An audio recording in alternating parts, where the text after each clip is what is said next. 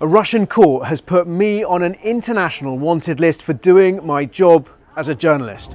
Heading from Sumy into Russian Kursk. My name is Jerome Starkey. I'm the defence editor at the Sun newspaper, and we've just learned that the Leninsky District Court in Kursk in Russia has taken a decision. It's been reported in state news that it has detained me in absentia.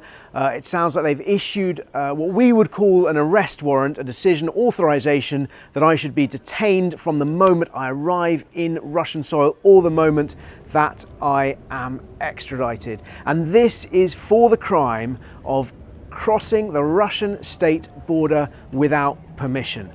For the crime of doing my job as a journalist because I entered occupied Kursk, the territory that Ukrainian armed forces captured in a lightning offensive in August. It was the first time Ukrainian forces had seized Russian territory, sovereign Russian territory, and I was able to travel from Ukraine into Russia with Ukrainian forces to witness what was happening on the ground, and that was an extraordinary opportunity. It was the first time that a UK, United Kingdom news organisation had been able to report from occupied Russia since William Howard Russell was covering the Crimean War in the 1850s.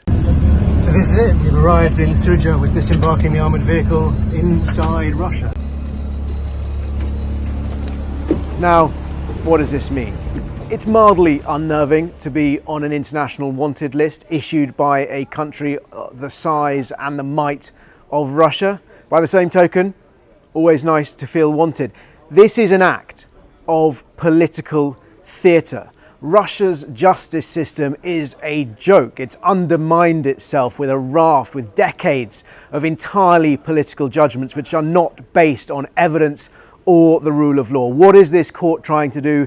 It is trying to intimidate journalists who dare to report on the horror of the illegal invasion that Vladimir Putin launched into Ukraine, to the war of aggression which he has been waging for almost 3 years.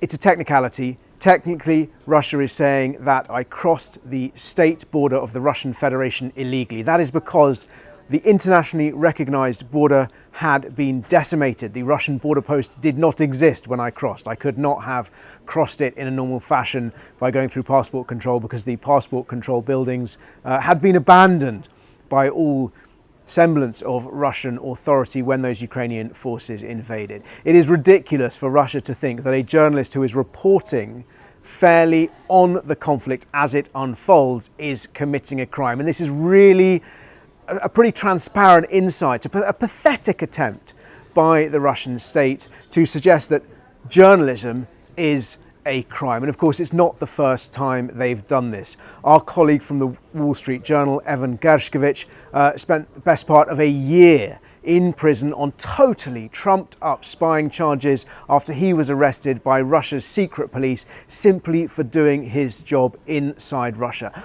I was doing my job inside Ukraine. I've reported from all over the Ukrainian front lines, from Kharkiv, from Bakhmut, from towns which have now been obliterated and destroyed by Russia's advances. And I've reported from places that were captured by Russia and indeed have been liberated by Ukrainian forces. It's not always been pleasant. I've seen the bodies of Russian soldiers littering the battlefield. I've seen the bodies of Ukrainian civilians maimed and killed by indiscriminate bombardments. But that is my job as a reporter, and it is both the best and sometimes the worst job in the world. But I feel very lucky to be able to go to places like Ukraine, to be able to go to places like Kursk and to report from those front lines, to try and shed a little bit of light about the realities of what is happening in those places that most of us and most of you are unable to visit. So the situation for now, that warrant is outstanding. We will have to take a view on whether or not, on how that affects my day-to-day travel there.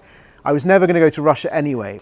What are the consequences of this decision by this court in Russia? The short answer is None. I will continue to do my job reporting from and about Ukraine. My colleagues here at The Sun will continue to report from and about Ukraine, and so will the thousands of journalists, the brave Ukrainian journalists, the brave international journalists who are travelling to that country, covering that conflict to make sure the world sees what is happening. That reporting will be undimmed.